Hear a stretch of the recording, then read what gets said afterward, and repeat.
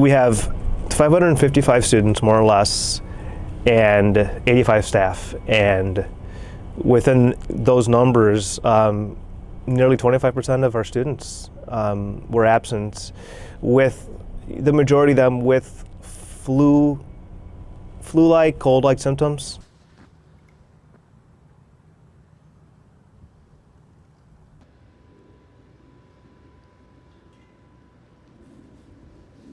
As superintendent, it's knowing that we have that many children getting sick, and staff as well, and seeing on the news and other outlets how strong and contagious this flu strand is.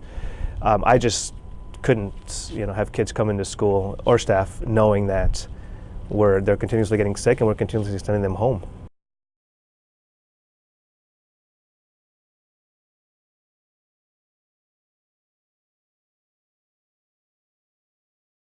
Part of being closed for the rest of the week is not just to clean the building, but it's also just to let our children get healthy again, so that when they do come back, they're feeling better and they're not bringing in anything that might be contagious still.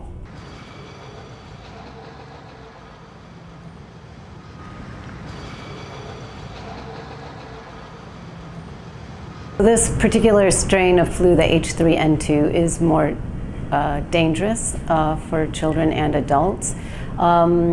It just happens to be more virulent. We see more illnesses, more complications, more deaths due to this strain of influenza.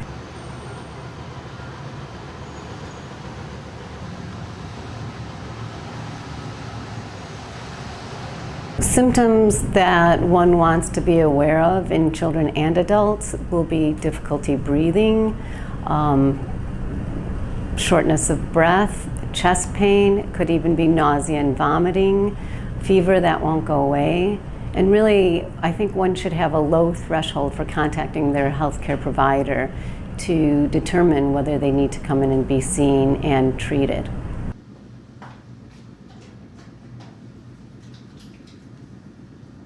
The best way to protect oneself and to protect one's children is to get vaccinated. And if one hasn't been vaccinated this season, it's not too late to get vaccinated. I still recommend that everybody be vaccinated who is eligible for a vaccine.